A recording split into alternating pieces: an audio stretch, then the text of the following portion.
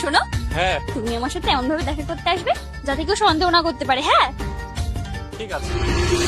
লোহা ভাঙা, টিন ভাঙা, কড়া ভাঙা, প্লাস্টিকের জুতো ছেঁড়া, আছে নাকি বই খাতা। वो अलग ही लेवल का बंदा था।